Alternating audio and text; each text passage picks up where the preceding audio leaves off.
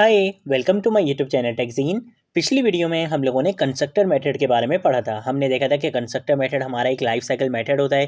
Constructor method को कैसे implement कर सकते हैं, क्या क्या काम करना चाहिए कंस्ट्रक्टर मेथड में, क्या काम नहीं करना चाहिए, ये सारी चीज़ें हम लोगों ने पिछली वीडियो में बहुत अच्छे से प्रैक्टिकल एग्जाम्पल्स के साथ कवर कर ली थी।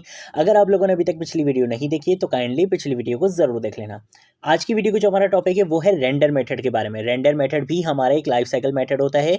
कब हमारा रेंडर मेथड कॉल होता है, ये सारी चीज़ें बहुत इंपॉर्टेंट कॉन्सेप्ट्स हैं, बहुत इंपॉर्टेंट पॉइंट्स हम आज इस वीडियो में कवर करेंगे रेंडर मेथड से रिलेटेड। ठीक है, तो मैं क्या करूँगा, मैं इस फाइल को यहाँ पे कर देता हूँ क्लोज और अब हम आ जाते हैं यहाँ पे एसआरसी फोल्डर में। यहाँ पे आने के बाद मैं एक न्यू कंपोनेंट बनाऊंगा और उस कंपोनेंट का मैं नाम यहाँ पे रख दूंगा रेंडर डॉट JSX। ठीक है, क्योंकि आज हम क्या पढ़ने वाले हैं, रेंडर मेथड के बारे में पढ़ने वाले हैं।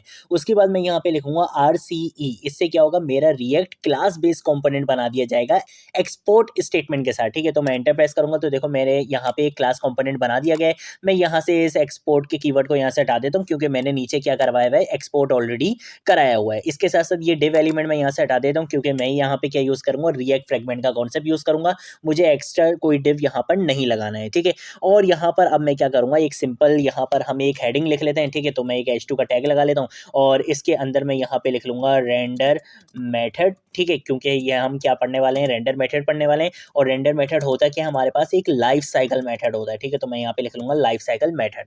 नीचे ऑलरेडी मैं यहाँ पे इसको एक्सपोर्ट करा चुका हूँ। इसका मतलब है मैं किसी भी कंपोनेंट में इसको इंपोर्ट इजीली करवा सकता हूँ। ठीक है, तो कंट्रोल ऐसे सेव कर लूंगा, यहाँ पर आऊंगा और यहाँ पर आने के बाद इस H1 टैग के बाद मैं इस कंपोनेंट को क्या करूंगा, इंपोर्ट करा लूंगा। मैं यहाँ पे रेंडर, ये मेरे पास सजेशन आ रही है, मैं जैसे ही एंटर प्रेस करूंगा तो देखो ये यहाँ पे क्या हो चुका है, इंपोर्ट हो चुका है। इसने बोला कि भाई रेंडर को क्या करो, इंपोर्ट करा लो। ये यहाँ पे जाएगा, रेंडर को इंपोर्ट करा लेगा।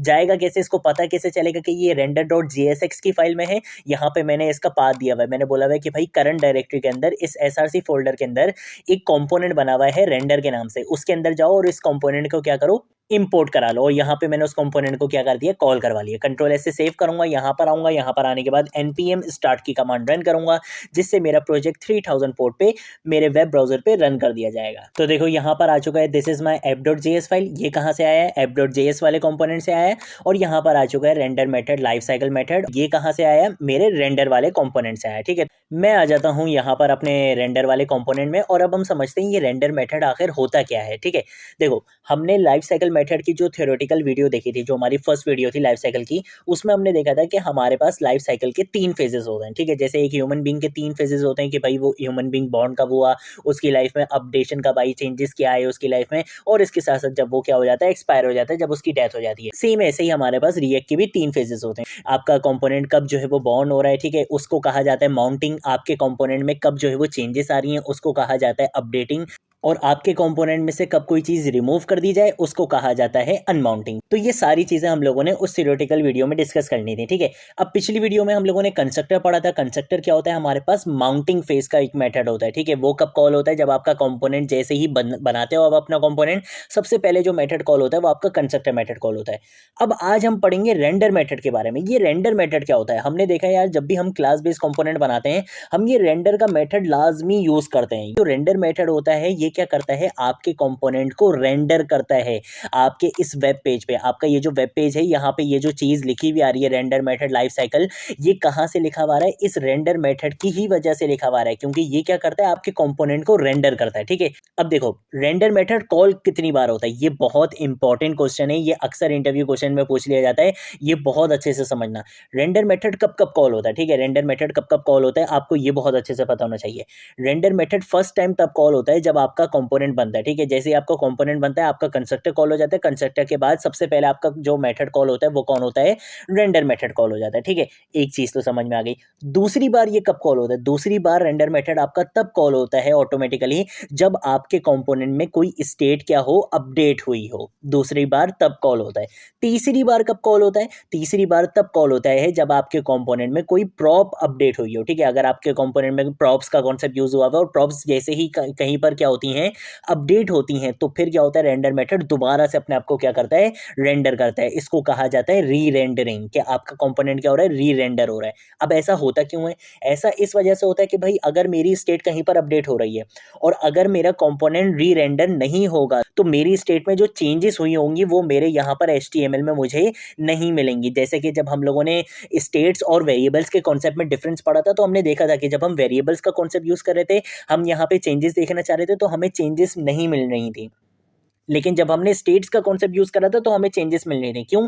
क्योंकि जब भी स्टेट क्या होती है, अपडेट होती है, तो आपका ये जो रेंडर मेथड होता है ये अपने आप को दोबारा से क्या करता है, कॉल करता है, री रेंडरिंग होती है। लेकिन जब वेरिएबल अपडेट होता है तो ये रेंडर आपका दोबारा से कॉल नहीं होता है। इस वजह से आपको यहाँ पे चेंजेस नहीं मिल रही थी। तो अब आपको देखो पिछले कॉन्सेप्ट ही आपके और ज्यादा क्लियर होते जा रहे हैं जैसे जैसे आप आगे बढ़ते जा रहे हो। हर चीज को हम बहुत अच्छे से कवर कर रहे हैं।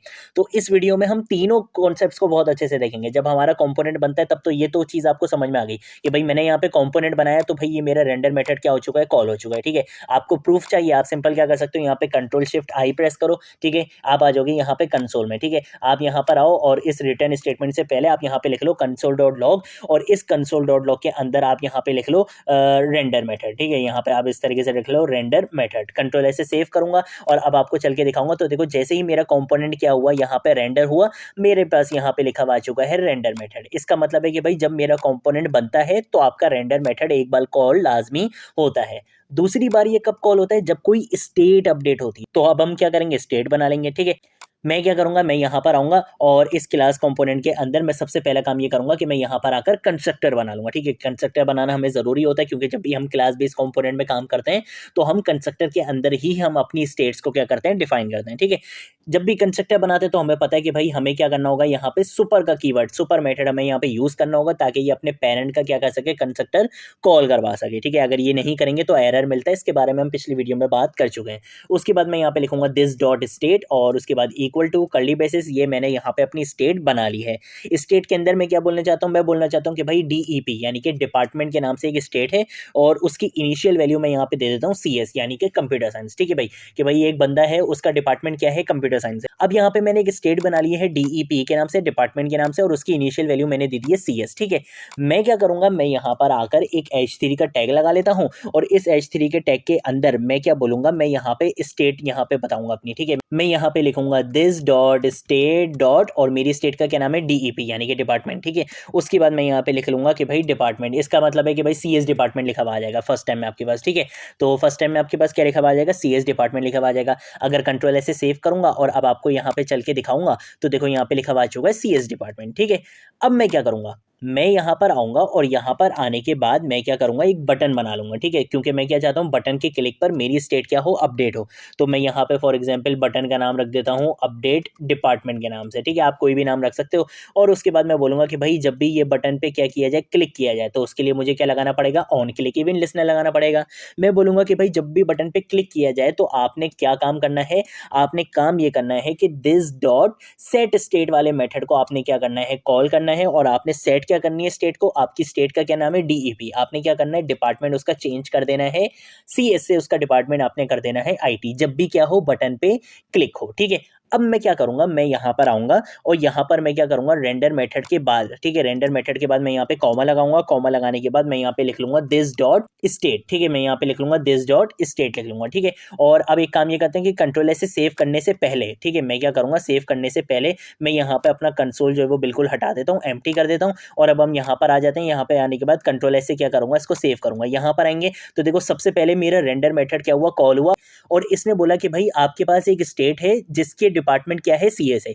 ये मेरा फर्स्ट टाइम क्या हो चुका है, रेंडर मेथड कॉल हो चुका है। जब भी मैं अपना कंपोनेंट बनाता हूं तो मेरा रेंडर मेथड कॉल होता है, ये चीज हमें पता है। तो इसने बोला कि भाई ये जो आपका first time render method call होता है, तो देखो इसने रेंडर मेथड कॉल कर दिया और इसने बोला कि भाई आपकी डिपार्टमेंट, आपकी जो एक स्टेट है जिसका नाम है डिपार्टमेंट, उसकी वैल्यू क्या है, भी CS है। जैसे ही मैं इस बटन पे क्लिक करूंगा तो यहाँ पे CS डिपार्टमेंट की जगह IT डिपार्टमेंट तो लिखा हुआ आएगा, लेकिन ये रेंडर मेथड मेरा दोबारा से कॉल होगा। देखो मैं जैसे यहाँ पे क्या करता हूँ, क्लिक करता हूँ, देखो ये रेंडर मेथड क्या हुआ, दोबारा से कॉल हुआ और यहाँ पे लिखा हुआ आ चुका है DEP, डिपार्टमेंट क्या है, IT है। तो देखो अब आपको दो कॉन्सेप्ट अच्छे से क्लियर हुआ है।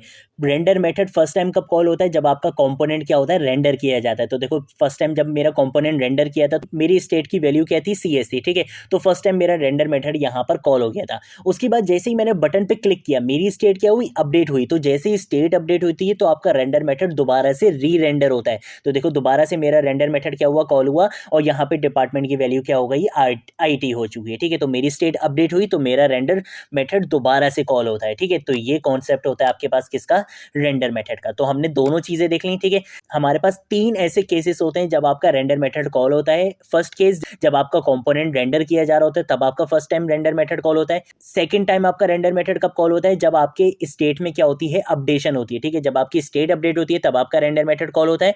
थर्ड टाइम आपका रेंडर मेथड कब कॉल होता है, जब कोई प्रॉप क्या होती है, अपडेट होती है। तो अब प्रॉप्स से रिलेटेड भी हम एक एग्जांपल देख लेते हैं ताकि आपके कॉन्सेप्ट सारे क्या हो जाएं, क्लियर हो जाएं, ठीक है। तो मैं क्या करूंगा, मैं इस कंस्ट्रक्टर को यहाँ पे क्या कर दूंगा, कमेंट कर दूंगा। मेरे इस कंस्ट्रक्टर का मुझे अब कोई भी काम नहीं है, मैं स्टेट वाला कोई भी काम नहीं करने वाला।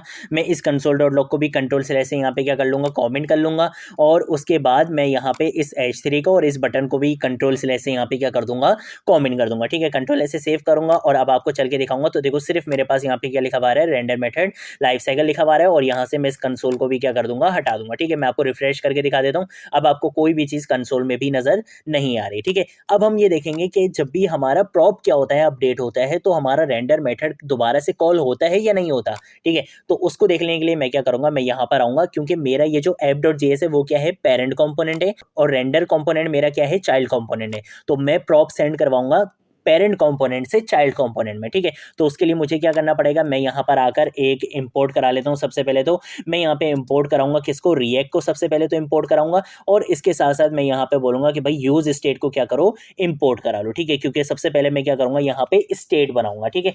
तो स्टेट्स के लिए मैं क्या करूंगा, मैं यहाँ पर अगर लिखूंगा कॉन्स्ट और उसके बाद मैं एरे डी स्ट्रक्चरिंग का कॉन्सेप्ट यूज करूंगा। मैं वेरिएबल का नाम दे दूंगा नेम और मेथड का नाम दे दूंगा सेट नेम, ठीक है। आप किसी भी नाम से बना सकते हो। उसके बाद मैं यहाँ पे क्या करूँगा, मैं यहाँ पे यूज स्टेट का मेथड यूज़ करूँगा, और मैं बोलूँगा कि भाई आपने इनिशियल वैल्यू क्या दे देनी है, आपने इनिशियल वैल्यू दे देनी है हुज़ैफा, ठीक है। मैंने इनिशियल वैल्यू क्या दे दी, हुज़ैफा दे दी। अब उसके बाद मैं क्या करूँगा, मैं यहाँ पर आऊँगा अपने रेंडर मेथड में, और यहाँ पर आने के बाद, ठीक है, मैं ये बोलूँगा कि भाई मेरे प्रॉप का नाम है नेम, ठीक है। चलो नेम नहीं, आप नेम से कंफ्यूज हो जाते हो, आप चाहो तो आप यहाँ पे नेम रख सकते हो, लेकिन मैंने यहाँ पे वेरिएबल का नाम भी नेम रखा हुआ है, तो आप लोग कंफ्यूज नहीं हो जाओ, तो मैं यहाँ पे इसका नाम रख देता हूँ डेटा, ठीक है। मैं अपने प्रॉप का नाम क्या रख रहा हूँ, डेटा रख रहा हूँ। आप चाहो तो नेम भी रख सकते हो।